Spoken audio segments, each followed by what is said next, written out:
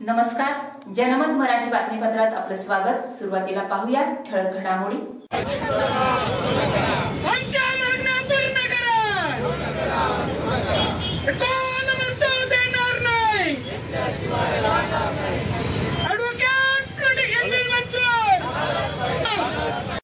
नाशिक वकील संघाचे एक सन्माननीय सदस्य रामेश्वरजी बोराडे यांच्यावर अलीकडे जो काही जीवघेणा हल्ला झालेला आहे त्याच्यामध्ये ते अतिशय गंभीररित्या जखमी झालेले आहेत। संपूर्ण महाराष्ट्रामध्ये वकिलांवर अशा प्रकारचे भ्याड हल्ले हे सुरू आहेत आणि यामध्ये अशा वकिलांना जे काही संरक्षण आवश्यक आहे ते संरक्षण आता उपलब्ध नाही। ज्या पद्धतीने डॉक्टरांकरता असा संरक्षण कायदा अस्तित्व नाही त्याच धर्तीवर वकिलांकरता सुद्धा ॲडव्होकेट प्रोटेक्शन ॲक्ट अर्थातच वकील संरक्षण कायदा हा केंद्र शासनाने आणि राज्य शासनाने मंजूर करावा, जेणेकरून पक्षकारांची बाजू मांडताना निर्भयपणे ते कोर्टामध्ये मांडू शकतील आणि न्याय देण्याचा जो काही मुख्य हेतू आहे त्या हेतूमध्ये वकिलांचा सहभाग अतिशय महत्त्वाचा असतो। त्याच्यामुळं विरोधी पक्षाच्या वकिलांच्या मतांचा सुद्धा आदर राखला पाहिजे आणि कायदेशीर मार्गाने आपले प्रश्न सोडवले पाहिजे। अशा प्रकारच्या भ्याड हल्ल्यातून हे प्रश्न सुटत नाही आणि इथे गुंडाराज येण्याच्याऐवजी आपल्याला कायद्याचं राज्य प्रस्थापित करायचं आहे आणि त्या दृष्टीने हा वकील संरक्षण कायदा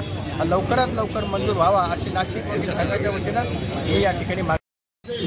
त्याच्या माध्यमामध्ये अशा पद्धतीने द्वेष होत असेल, द्वेष निर्माण होत असेल तर हे निश्चितच कुठेतरी समाजाची जडणघडण, समाजाची मानसिकता बदलण्याचं लक्षण आहे आणि हे लक्षण आपल्या सर्वांना वेळोवेळी जेव्हा जेव्हा वकिलांवर हल्ला होतात तेव्हा तेव्हा आपण वकील या ठिकाणी जागृत होतो।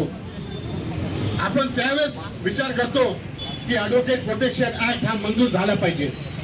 अदरवाईज आपण सर्व वकील 12 महिने आपल्या आपल्या कामामध्ये व्यस्त असतो आणि हे काम करताना आपण विसरून जातो की आपल्या देखील काही सुरक्षेच्या गोष्टी आपण करण्याच्या बाकी आहोत। आपण समाजाला न्याय मिळवून देतो, आपण जगासाठी भांडतो, परंतु आपल्याला संरक्षण मिळवण्यासाठी आपण कमी पडतोय याची खंत मला या ठिकाणी